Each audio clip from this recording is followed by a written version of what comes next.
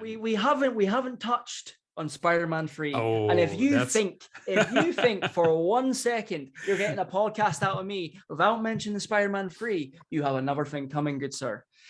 Spider-Man 3 feel free to do what you want. Cinematic genius. I bloody suck at the introduction. So for the second time ever on the channel, Alex Webb. Alex, how you doing, mate? I'm fine, Frank. How are you today? Yeah, I'm great. I still wear my Christmas sweater because I wanna hold on to that spirit for a little while. I can see that. Yeah, here usually we like have the decorations up until the 6th of January. But really? Yeah, but in my hometown we keep that until the 17th of January. So it's gonna be like one month more of Christmas or something like that. Fair enough. I feel like with me with Christmas, like I'm always like I love it, don't get me wrong, but every time like I see all the Christmas decorations up, I just don't want to do anything because I'm like, oh, it's Christmas, I don't want to do anything, and then I lose tons of work, so it's not the best. Yeah, I see what you mean. So for the uninitiated, Alex has already been here on the show on episode 61. We talked about his wrestling career and his YouTube channel, which has grown massively over the last year. Congrats. I checked this, like, so the last time I spoke to you, yeah, I'm pretty sure I had like, I want to say I was at like 7K. I think you were at like 10K because I remember a tweet of yours celebrating 10K subscribers. Okay. And now I'm at, I think I've just hit over 66K. So, you see? Yeah, a bit weird. You see, for everyone listening, if you want to jump on the Last Minute Wrestling podcast, you're gonna be great at YouTube afterwards. That's the lesson we all should hear from that. Okay, great. I see where this is going. No, don't worry. I had so much fun last time we chat. Before we jump today, I wanted to like do some sort of a Spider-Man related episode because No Way Home just is still out in theaters, right? I think in Italy it is, but I don't know about Scotland. I don't know. I seen it once from a mate, and I've just kind of been like, every time I'm on TikTok, I just see so many like No Way Home edits or just rips from the theater. I'm like, I don't need to see it again. I've seen so much shit on TikTok. and yeah, we're gonna talk about it. But before we touch base with that, you had like a pretty decent 2021 wrestling wise, right? Yeah, I guess. I think I had made my debut for Discovery Wrestling as a tag team with my father, Stephen Aaron Miles, who I hopefully mentioned last time I was on the podcast. Yeah, you did. You plugged his Twitter handle as well. Lovely stuff. He only gets one plug, so he's not getting it this time. Yeah. Otherwise, he has to pay for it. Yeah. Yeah, he has to pay for it. Sponsored content. I made my debut with him for the Fair State Saints in the Discovery Tag Team Tournament, where we wrestled the 9-9 and we beat them and advanced into the semifinals of the Discovery Tag Team Tournament to crown the first ever Tag Team Champions, which is exciting. And I had another match back for Reckless Intent, my home promotion, which was great. Great fun just being out in front of a crowd again, especially that crowd. For the first time in like 2 years at this point. So it was really fun to do that and get thrown about by Big Grum. So that was a lot of fun. Yeah, and you also did on your YouTube channel like a commentary of your first matches. God, that was hilarious as fuck. So the thing with that video was I was doing like all the gaming videos and stuff like that, and I had seen like people had kind of went and found my old matches because like if you type in my name, I said last time, like some of my matches pop up, but the more I noticed it, the more I was like, fuck, they're my bad ones. So like there's good ones, and then the more you go down, they're terrible ones. So I'm like, I need to take the piss out of myself before anyone else can take the piss out of myself. So I decided. So I was like, fuck it, I'll go get one of my friends and we'll just like make a commentary video over it, and then I'll edit it in the way I normally edit my videos. And I put the video out and it came together pretty well. I hope no one took offense when I was doing it, because obviously I wasn't the only person in those matches. Yeah. But yeah, it was weird looking back at myself in the newspaper tights and the long hair that I used to have. So Yeah. the choices were made. Yeah, and you were a weird mix between CM Punk and Agent 47. Is that the right number? I don't know. I'm not a boomer. I don't know. I'm a boomer. I'm a fucking boomer, no, man. I mean, I'm not bald yet, but I'm getting there.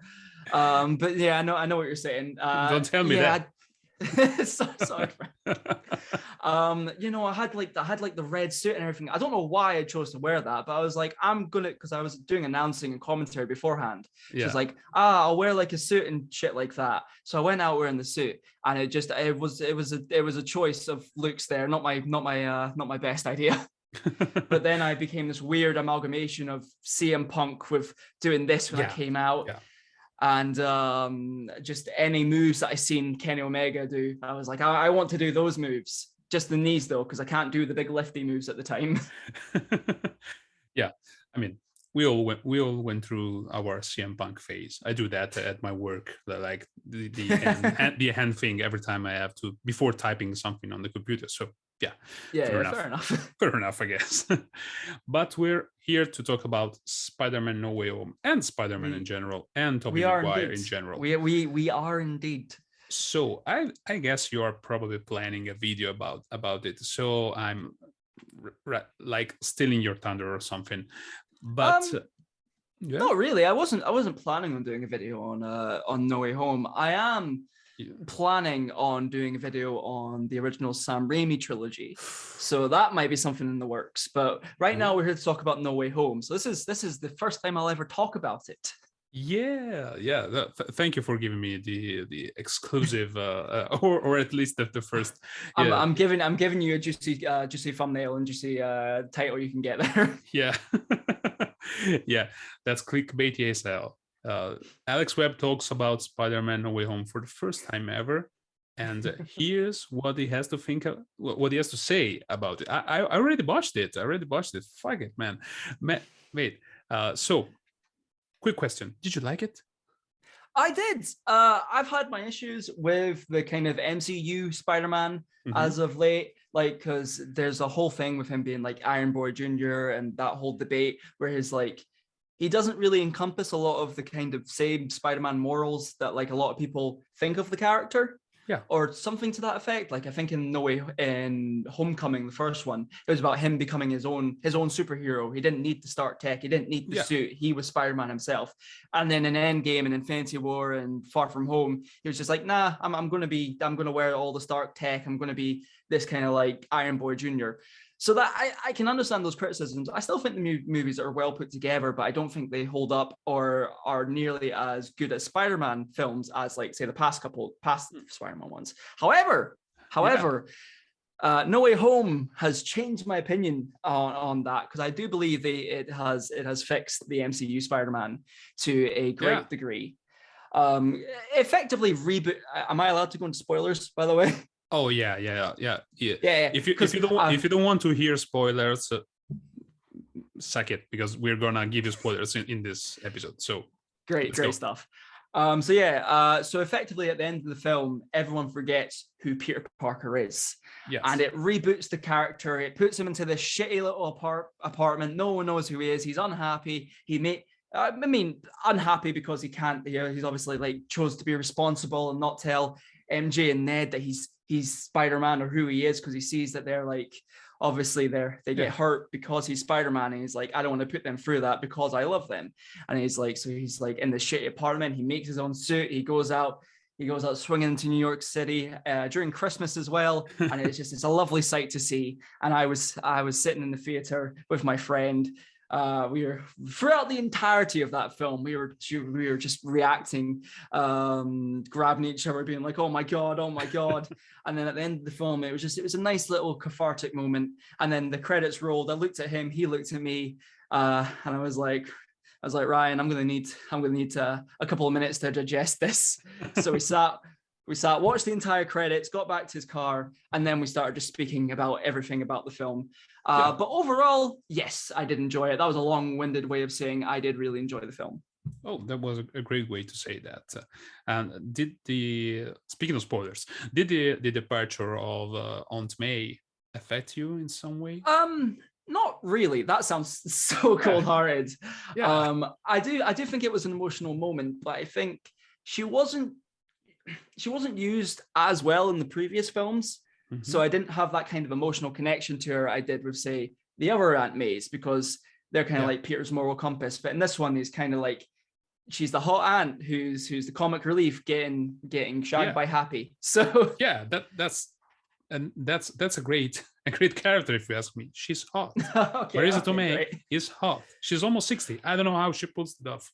But fuck off. She's not sick. She's almost 60. She's 57. All right. Yeah, you are. I know you're reconsidering that now that I told you. You've changed my entire point of view on this character, Frank. Yeah, and when the movie The Wrestler came out in 2008, I remember people thinking, yeah, she's 40-something, but she's still hot. And man, she's nearly 60 and she's still hot. I know. There's this really good picture with her and Alfred Molina, and then there's other pictures of Alfred Molina with all the other Aunt Mays, and it's just a picture of Tobey, Andrew, and Tom, and Alfred Molina being, "Hello, nephews." And I'm like, oh, great stuff. Great stuff. Yeah. And apart from that, what made you jump out of your seat? I can foresee one of your answers, but tell me. Okay, you know the obvious one. Here's the one that genuinely got me like hands on head, like what the fuck. Right. So at the end of at the big climactic point of the film, at the very end, Tom Spider-Man is beating up the Green Goblin. He's like beating the ever-loving shit out of him. He breaks out some Spider-Man PS4 moves with his big sunset flip powerbomb. Yeah. And he's like beating the shit out of him. Norman Osborn's like, ha, Peter, I killed your aunt. So Peter picks up his glider. He's going to stab him. And then, for those that don't know, Tobey Maguire and Andrew Garfield, they appear in the film. So Tobey jumps in the way, stopping the glider from impaling Norman. Mm-hmm. And I'm like, oh my God. And then he gets fucking stabbed. And I fucking hands on heads, like, no, because I thought he was going to die. I was like, I was about to cry for probably a second time that night. And I was like, no, please don't. So yeah, that was the big like, oh my God moment. And then it was played off as Toby's been stabbed many a time. He's fine. So you shoot that off like, yeah, I've been stabbed, whatever. Bro, he was like, yeah, this happened to me before. It's fine, lads. It's like you know, one of those things. Yeah, I ate 2 pizzas, whatever. You know, this kind of stuff that it's slightly out of the norm according to him. Yeah, I think I was fine with it. But yeah, there was other points. Obviously, when Andrew and Tobey appear in the film for the first time, because there have been so much shit about whether they'd be in the film or not. We all kind of knew they'd be there, but we needed that confirmation of seeing them. Plus of Andrew Garfield constantly being in interviews being like, I'm not the werewolf, guys. I'm not in the film. I'm not in it. And I'm like, you're a fucking liar, Andrew. Yeah. And then you see him and I'm like, yes. Like the theater, it's the first time I've heard like a theater actually clap and cheer. And I was like, oh my God, this is really cool. But yeah, that was a really good moment for me. Because me and Ryan just grabbed each other and we were like, oh my God, it's happening. But yeah, even when Andrew Garfield entered in the picture. Yeah, I've done a full 360 on Andrew Garfield because in my like original Spider-Man PS4 video, I obviously talked about Tobey, Tom, and Andrew, and I said a lot about Tobey. I said some things about Tom. I said nothing about Andrew because I didn't really like the films. Andrew in this film has made me do a full 360, 180 even, because 360 is a full circle. Yeah. Yeah. 450 if you will. I can't do them. Andrew has made me done a full 180, because in this film he embodies so much of what I think Peter Parker should act like. Like there's a really good moment where he's speaking to Electro for the first time on the Statue of Liberty, and Electro's like, "You ain't even the shit anymore," and he's just like, "Oh," I'm like, yes, that's how he should react. It's his little mannerisms as Peter Parker has made me even want to see another Amazing Spider-Man film, which I never thought I would say, because I'm not a fan statement. I'm not a fan of those films, but I loved Andrew so much in this film, to the point where I loved him almost as much as I love Tobey. So that says a lot about from my perspective anyway. But I really liked Andrew in this film, and especially like his like little character points where he catches MJ when she's falling off the Statue of Liberty, getting that redemption for Gwen, and then they land. He's holding her in his arms. He's like, "Are you okay?" And she's like, "Yeah." Looks at him, he's starting to well up, and she's like, "Are you okay?" And then he's like, "Yeah." I'm like, "Ah." Yeah. And what did you think about Tobey Maguire's performance as Spider-Man after so many years?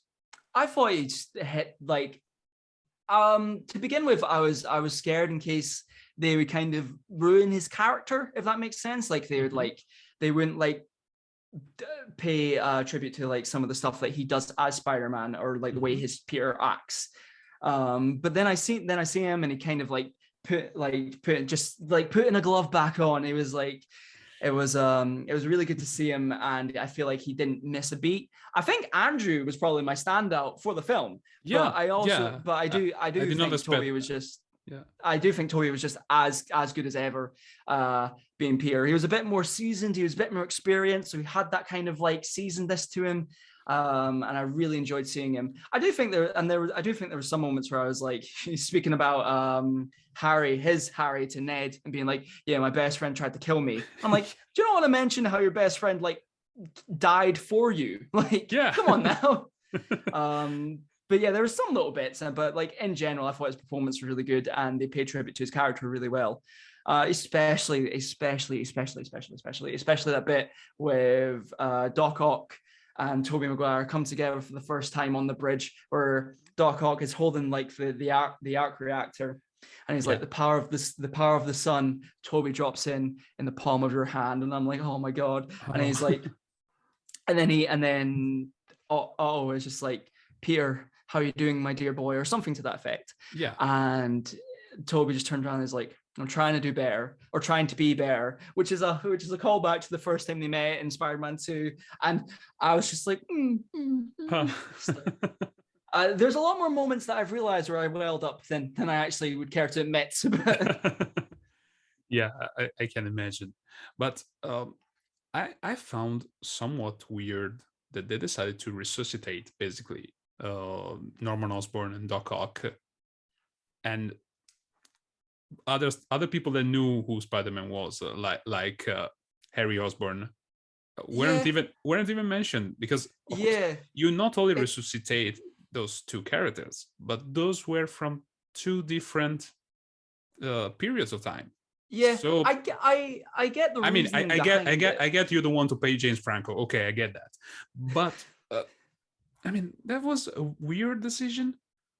I think like I do. It's fan service at the end of the day. Like people see those characters and like, oh my god, I want to go see it. Because I think originally the film was supposed to be like a Kraven the Hunter film. Yeah. But then obviously this whole talk about the multiverse came in, and they want to bring in like Alfred Molina, Tobey Maguire, Andrew Garfield, and all those types of characters. So I think for what it was, I did really enjoy it. It was a big, dumb film, and I really, really enjoyed it. And I enjoyed seeing those characters. There are some things that I didn't particularly like. One, their whole reasoning for being there is that they know who Peter is. That they know who Peter Parker is. Yeah. Electro didn't. If you think really? Like Electro in the Amazing Spider-Man 2 never found out Spider-Man was Peter Parker. Oh, okay. And they literally say it in the film, because like at the end on the fight at the Statue of Liberty, they're Andrew like beats up, or they depower Electro, and Andrew's like having a talk with Electro, and he's got his mask off, and Electro literally looks up at him and says, "Man, I thought you would have been black." And I'm like, so you didn't know who Peter was? Why? How are you here? Yeah, that's true. So yeah, there's that. I also think Lizard was a bit odd, his whole characterization in that, because he just appeared. He was like, well, everyone should be lizards, and then that was about it. Yeah. I found peculiar the tribute to Arne Anderson, because there were a lot of spine busters during the fight between the first fight between Norman Osborn and Spider-Man. That's bro. He went through like 16 floors with that one spine buster. Yeah. I was like, bro. I was like, bro. I'm doing that in my next match. Yeah, Arne and his Glock will be proud. Yeah. His Glock. We haven't talked about this. His Glock. Yeah. I pulled out the Glock, and I'm like, bro, like crazy Arn Anderson on AEW is one of my favorite things. But anyway, back to crazy Norman Osborn doing spine busters and spinning power bombs, like and sunset flips, receiving sunset flips. Yeah, he was receiving sunset flips. Yeah, he's not afraid to take bumps. That's for a 6-year-old, he's putting in the graft. He's paying his dues. Yeah, just like Sting, taking the bumps. Yeah, and actually, now that you mention it, a match between Norman Osborn or Willem Dafoe. Willem Dafoe as Norman Osborn. Willem Dafoe is way scarier than Norman Osborn.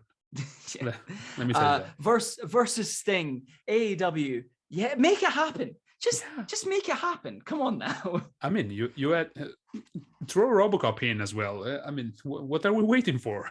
I mean, we may as well put Chucky in there as a special guest referee. Yeah, that's true. That is true. I'm glad to see that we are not bullshitting at all, and we're taking this seriously as we should. Not at all. Frank, you've seen my videos. You know exactly how much I bullshit. Let's not sugarcoat this. Yeah, no, absolutely, and I love it. I love all of your stuff, man.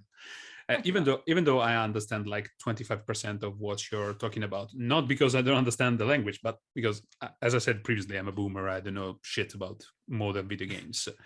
But I'm still waiting for your review of Striker 96, the best. I knew this was coming. The best football game ever. I knew this was coming.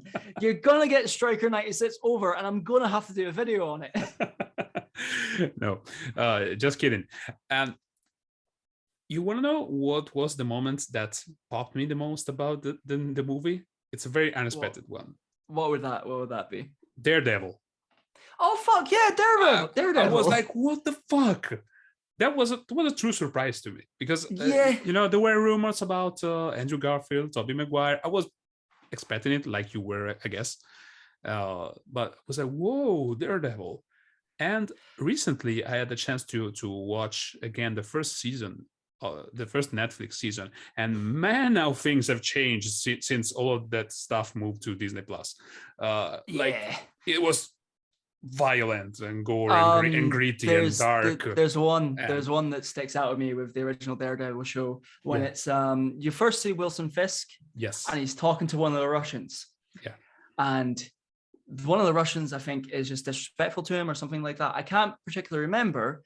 But it ends with Fisk beating the ever-loving shit out of him, dragging him over to his car, opening the car door, and repeatedly slamming the car door on his head until it physically decapitates this poor Russian man. His head becomes just a pulp. And then you watch the Disney Plus shows, and it's like no blood, and I'm like, oh, okay, cool. Yeah, no, that's not Wilson Fisk. That's not the same. And seeing Daredevil in the MCU was like a huge shock to me. That was probably the thing I liked the most. Quite frankly, I did not like the movie at all. But what? No Way Home? No, I did not like it. Oh, no, fair enough. No, what? I've never asked what's your opinions on No Way Home. because I'm not the one who's been interviewed. But no, my opinion is it's dumb fun, like every Marvel movie is. So they're not like masterpieces of cinematography, but specifically this one, I expected way more. Like the hype level was on like Avengers Endgame level, and we got like I think if I have to compare it with other MCU Spider-Man, Homecoming is way superior in my opinion. way Really? superior. Yeah, no, Really? yeah, it's not even close. It's not even close because I it really... has Michael Keaton, of course. Okay, fair. That's a big a big factor. Nothing against Willem Dafoe is amazing as well, but yeah, this was I don't care about Like, fan service or not. I don't care about that. It's that the plot was so stupid. For the whole time I wanted to punch Spider-Man in the face. Just fucking push that button, man. It takes half a second. I get it, but I think if he did, that's not Spider-Man, because Spider-Man would want to help these villains, and like that's why Aunt May was there to be like, you need to help them.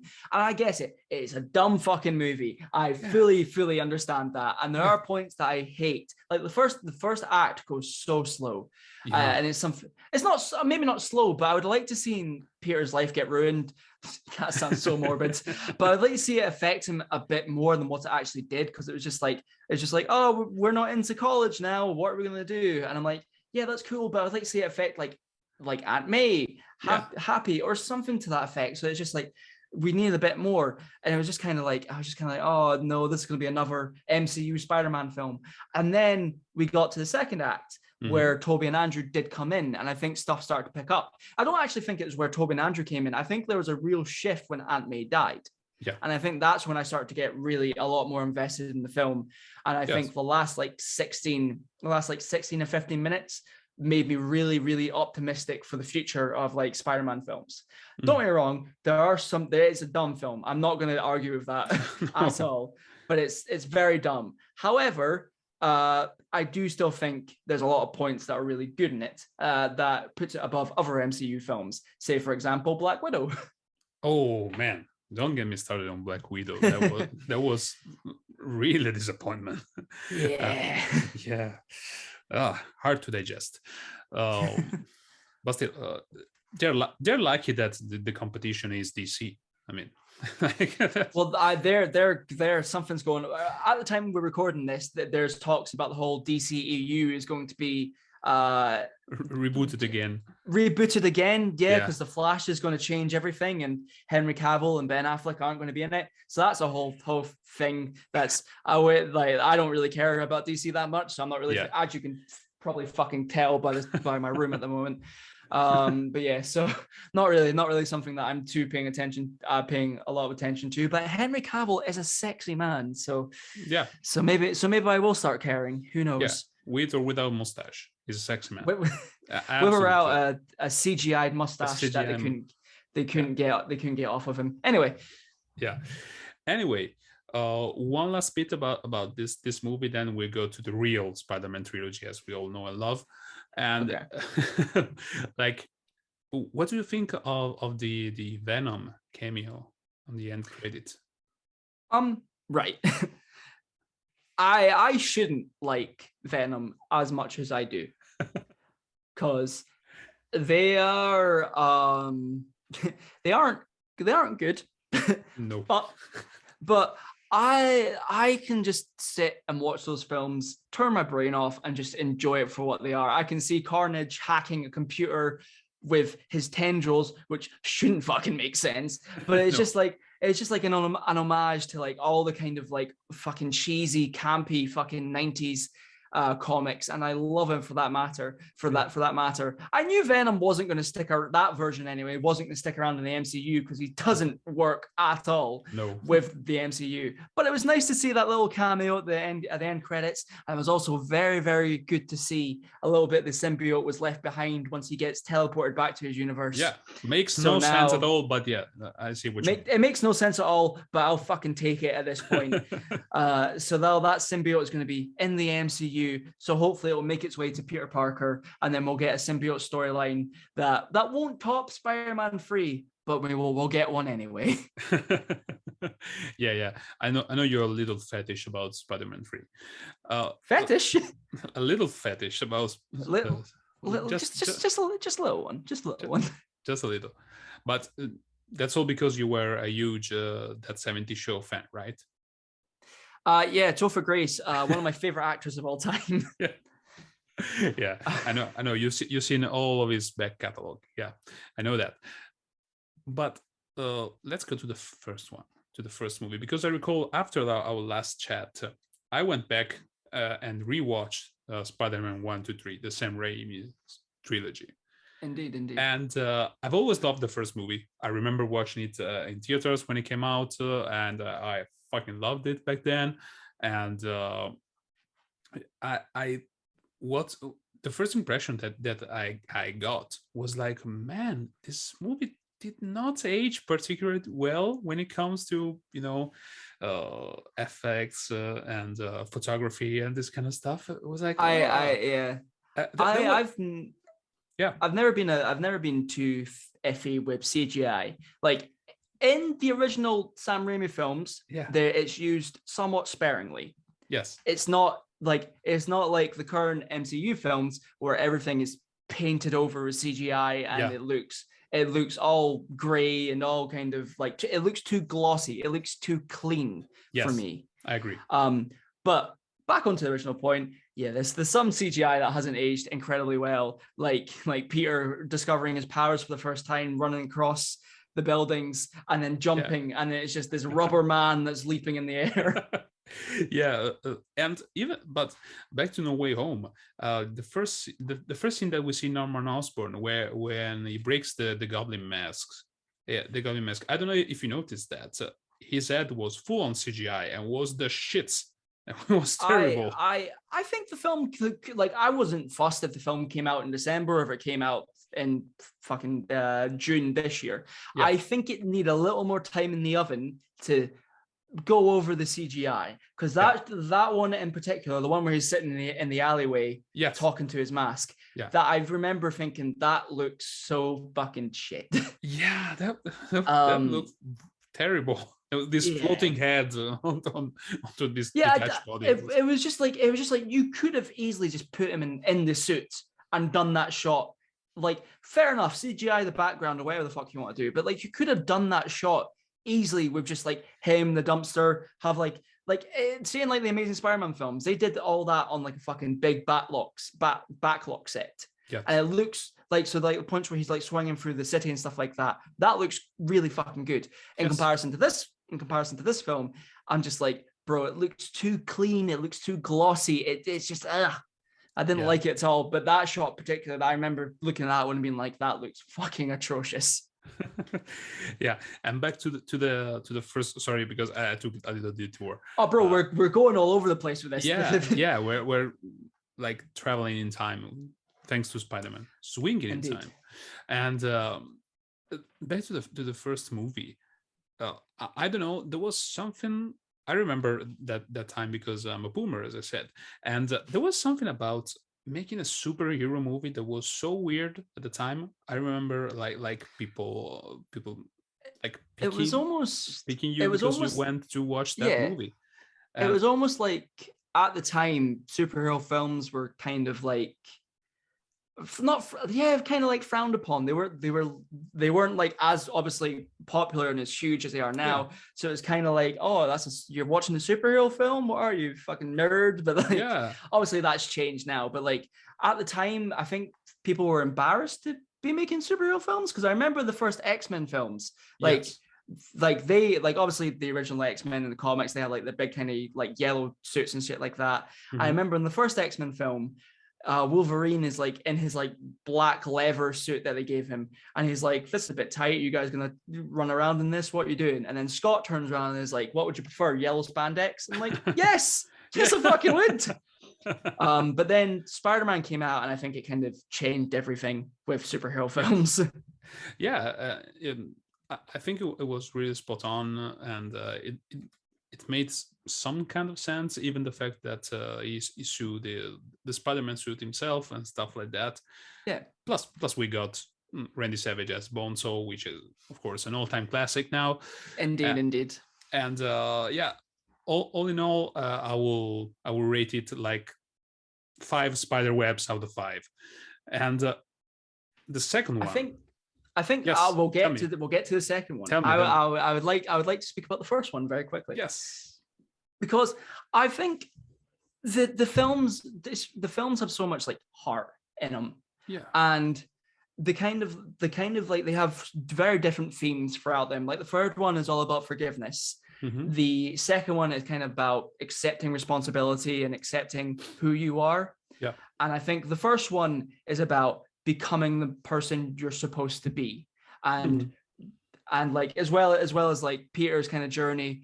Peter's journey kind of mirrors Norman's journey in a lot of Yes. ways, Yes. where it's like they both get powers, but they both kind of do different things with him. Yeah. And obviously Norman goes a very different route with his, and Peter slowly becomes the man his uncle wants him to be, and accepting the responsibility that he is Spider-Man and what he has to do to save people and to protect the loved ones in his life.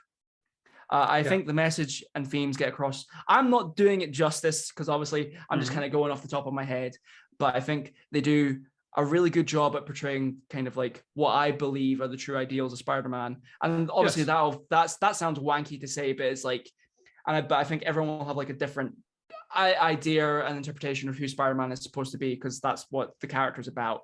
Yes. But I think that film in particular really personified to me what the kind of like that character is supposed to be like, and how he would act in these like certain situations, and as well as him kind of accepting responsibility that he's Spider-Man and protecting the loved ones around him. And plus that final battle with him and Norman is fucking great. So 10 out of 10. Yeah, 10 out of 10 spiderwebs. Yeah. Spider-Man 2. Give me your rating and explain why.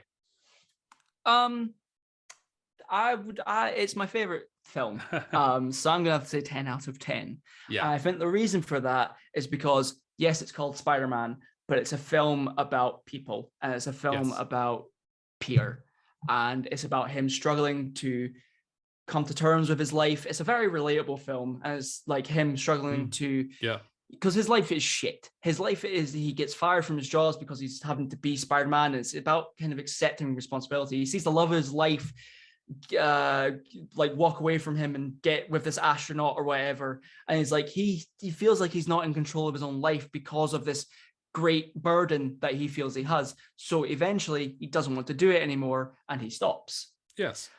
And then he realizes the more he goes through the film that people need Spider-Man, and it's not just about what he wants, it's about helping people, and it's about accepting who you are. And I fucking love it for that.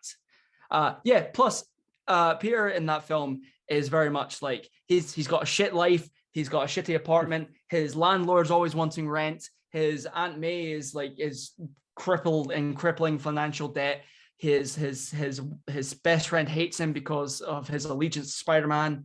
Mary Jane is getting married to someone else. He can't confess his love to her because it's going to put her in danger, but he never once complains about it. He never once says this is shit. He's always like just gets on with it. And I think that makes Peter such a likable character in those films, and that film in particular. Yeah, absolutely. It's a story about the coming of age and accepting it. That's also empowering, and it's something that you don't see very often in the movies nowadays. Not just the No Way Home movie, like in MCU in general. It's doesn't come across that much. There's not a lot of films like superhero films that look primarily at the kind of personal struggles of like that sounds shitty to say, but because there are films that do look at the personal side of superheroes and stuff like that. Yeah. But this one I think has never looked so in depth at like how shitty someone's life can be and the great burden of responsibility they do have to deal with. And I think again, seeing his life get better as he stops being Spider-Man, but then realizing he has to be Spider-Man to protect people, it's a really, really good theme. And especially that like big speech by Aunt May when she's moving house, and it's like talking about how like Spider-Man affects people and how heroes are selfish. What's the word? Not selfish. Selfless. No, selfless. That or whatever. It's talking about that. This is my mother tongue. Yeah. But yeah, so it's like speaking to him about that, and it's just really cool to see like Peter, the wheels kind of turn in his head and being like, I need to be Spider-Man again. I need to accept this responsibility. And it's really cool. It's really cool to see. Yeah, and speaking of responsibilities, like you know it yourself, because with, for example, with your YouTube channel, you had an exponential growth, and I wish you 10 times more, because you're killing it, clearly. Thank you, man. But how was that to accept in your life? Was it difficult? Because we all hear about like people being weird on the internet, like insults, threats, and stuff like that. Was it difficult to you to transition from a passion to what's your job nowadays? Yeah. It wasn't difficult. Like, I'm not huge. Like, I have a decent following, but I'm not famous by any stretch of the imagination. Yeah. But it was kind of weird getting a couple more followers on Instagram just based on my YouTube, and then people coming over to my Instagram, people coming over to my Twitter, and then me getting DMs from people saying like they're like big fans of my work, and then my videos getting stupid amount of views. Like the one I did on Shattered Dimensions, the Spider-Man game, because of course it fucking was. That I think it's only been out for 19 days, and that's currently at 320K. Whoa. So, and there's a lot of comments on that, talking about people talking about their love of Spider-Man, but also people kind of like appreciating my editing, which is something is still something I can't really wrap my head around, because I'm like, it's really cool to see people enjoy my stuff and think I'm funny, because as I always say, I don't think I'm that funny. But it's really cool to see that, and really cool to see people actually support me and want to watch and want to like see me grow. Because I get people that message me and saying like, been here since 1K. I'm like, fuck me, man. And now I'm nearly at 70, and I'm like, Jesus Christ. The second I get that plaque, the second I get that 100K plaque, you can bet your ass. You can bet your ass I'm coming out with it for my wrestling entrance, just coming out, holding it, being like, yes, this is mine. I'm going to hit you on top of the head with it. Yeah, you should like do an open challenge like Kurt Angle with the gold medal. that'd be sick. You give me an idea. I'm noting that down. I'm keeping that. Yeah. But in terms of you can use it. Feel free. Thank you. In terms of like adjusting to it, it wasn't like a hard adjustment to because it was a very gradual thing. Well, I say gradual, but it was like gradually I would get bigger and bigger and bigger to the point where I'm at now. So it wasn't like this influx of people that were constantly coming. It was just like my videos would get 200 comments, and I'd be like, holy fuck, that's a lot. And then they'd get 500. And now they're getting like 800 to 1K. And like, that's a lot. But and sure, you get shitty comments, but I've always kind of had a little bit of thick skin with that. So I'm like, fair enough. If you want to comment that and like say like my opinion's wrong or whatever, that's cool, man. You can, because I'm always like, you can say your opinion on my videos. I'm not really gonna, because like YouTube always like put stuff into like held for review, and I'm like, I hate that, because I just want people to be able to express their opinions regardless if they are calling me a dickhead or whatnot. So I'm like, yeah, cool, that's fine with me, man. But the only thing that was a hard adjustment, and it's still a hard adjustment, is treating it as a job, because it's still, and it doesn't feel like a job to me, but it is now, because it's something I can like live off, and it's really fucking weird to me, because I need to, because my friends are always like, Liam, get up. It's great. Oh, Alex even. They're like, get a Patreon so you can like make a little bit more on the side from that, and people want some extra bits of content. And I'm like, I want to do it, but at the same time, I'm like, I want to put stuff on the Patreon that's worth people paying money for it, if that makes sense. Yeah. But I'm like, so maybe I'll do like reaction videos on a Patreon. Maybe I'll like give people access to my dyslexic as fuck scripts. or maybe I'll just do like my own podcast on my Patreon. I'll get you on for it. Yeah, that would be great. How the tables have turned. Oh, interesting. But yeah, that's just kind of like different stuff I want to do for like a Patreon thing. But in terms of treating it as a job, I've started to kind of get a little bit of a schedule where I can get stuff out somewhat consistently. Because I'm like, while I'm editing, I can then play the game or review the movie that I want to do for the next video. So that kind of like get stuff a bit more streamlined. But yeah, treating it as a job and having a schedule for it has been the hardest part, because because sometimes I'm like, oh, it's just a fun little hobby, and then realize, no, you need this. You need to get that sweet dollar. Yeah, absolutely. The sweet ad revenue. Yeah. Is that a particular nightmare, since you're using a lot of images from movies and other video games and stuff like that? I've never had a copyright claim, which is weird to say. I've never, because I use stuff from a lot of pop culture and a lot of like different films and shit like that. Yeah. But because you can class it as transformative, it falls under fair use. So I can get away with it. If it would be different if I was just posting like a 5-minute clip of a film, because then you could get me that it's not transformative. But because I'm adding like commentary or something to that effect to it, I can get away with it, and I can keep my lovely ad revenue. Well, that is great. That's absolutely fine, because that's one of the things that scare the most the people that are working not just with YouTube, like with social media in general, because you always, I mean, you work on a platform that is not really yours. If you have like if you're going to like to a local shop that's there, the shop is there, the walls are there, you know what I mean, and you can rent it or buy it, whatever. But in that case, like everything online is a little bit tricky. So I think the scariest thing with social media in general and having like a career on social media is it's very, very unstable. Like you can look at like other creators who have went from getting 1 million views a video and now they can barely get 100K. Like that's scary, because that's such like a financial drop as well, that you could be like, oh fuck, what do I do? So like that's the frightening thing. So you always have to kind of be thinking about that and involving your content to fit what's popular nowadays. But yeah, it's very unstable. So that's why that's why I'm always kind of like, maybe I should get a backup in case this goes a little Pete Tong. Listen, speaking of backups, wrestling and whatever, this is a time of the year where everybody does their resolutions on what they want their year to be. I personally don't believe in New Year's resolution, but I'm gonna ask it anyway. Is there anything that you are wishing upon you?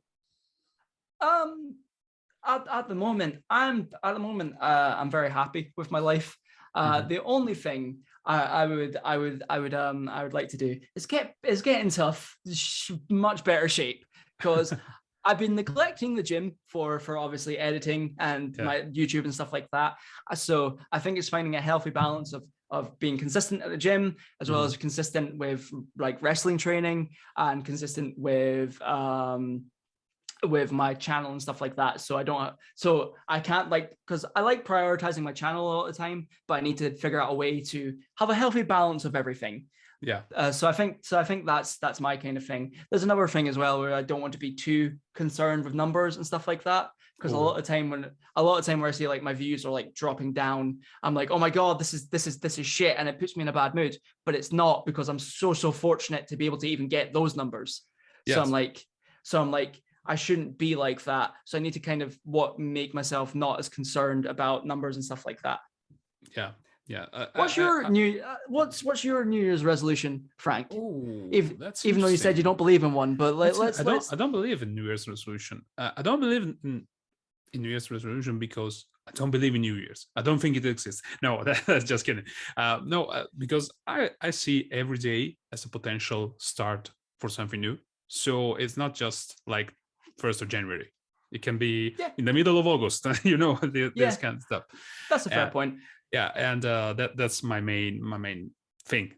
I know it's nitpicking, but my New Year's resolution, last year I was able enough to quit my former job, which I loved. I loved the job that I was doing, but it was such a toxic place, and I was fortunate enough to quit and start to work being self-employed. And I still have a roof over my head. 1 year has passed. Well done, man. Well done. That was last year's resolution, and for this new year is that to keep growing with that, to keep up. Sick. And getting even better at it, because that's pretty cool. Good, man. And it was difficult for me as well to adjust to a schedule, because bro, I'm still adjusting to it. Like, I'm getting there, but I'm still adjusting to it. I feel you. I feel with that. Well, man, that was an amazing chat. I loved how we were able to talk about Spider-Man and life. But we haven't touched on Spider-Man 3. Oh, and if you think for 1 second you're getting a podcast out of me without mentioning the Spider-Man 3, you have another thing coming, good sir. Spider-Man 3 feel free to do what you want. Cinematic genius. It like so it starts. No, I'm not going to go for the entire film. I really like Spider-Man 3 for a lot of its shortcomings. I think there are a lot of villains crammed into it, and there are a lot of kind of weird things. Like obviously, emo Peter is a bit kind of iffy. Yes. But at the same time, I think that's how that character would act. That's how that version of Peter Parker would think it is to look cool and shit like that. The dance number in the jazz club is a bit inexcusable. Like I can't really excuse that. But there's no, not that one. That one's fine. Oh, sorry. But he takes He takes Gwen to a jazz club to show up MJ, and then he starts doing the fucking full-on musical number in the jazz club. I'm like, shit. Oh my god, Tobey Maguire, you're such a man. But there are so many good moments in that film. Sandman's transformation, the Harry Osborn turning to the good side and like helping Peter. There, all the symbiote scenes where it's like the symbiote attaching to Peter, because the symbiote, like just the little like kind of black goo, it has such personality to it, because it's like every tendril looks like a little arm grabbing at him, and like when he's stripping it off, it looks like the arms are trying to claw at him, stay at him. And I think there's so many good moments in that film that to just disregard it as a bad film because there's some not so great subplots and not so great characterizations it's really shit, because I really like that film. Anyway, that's me done talking about Spider-Man 3. You know what, mate? I can't agree, because I as I said before, after our last interview, I rewatched the old trilogy, and I found it to be way more enjoyable than I remember it. Yeah. So And let me add one little thing. I enjoyed more Spider-Man 3 than No Way Home. Trust me. Okay. I know. That's a heavy statement, but I mean, I could agree with that, but at the same time, I don't want to get slaughtered on Twitter. So you can keep that opinion to yourself. I'll keep my opinion to myself. Yeah, no problem. No problem. Alex, thank you so much. This was, as always, I love talking with you. We should do this more often. We should do like reviews of bad movies, because they're more fun to talk about. We'll make it like a yearly tradition where I come on and just shit talk about films. Next time we'll talk about the Amazing Spider-Man duology, and I'll talk. I think that's what you call it, and I'll talk about my love for Andrew Garfield and his sexy face. Not the films, just Andrew Garfield's sexy face. Anyway, thank you for having me on. Just like I will keep my opinion on Spider-Man 3 to myself, you should keep your opinion about Andrew Garfield to yourself. So, okay. I'll try. It's hard, but I'll try.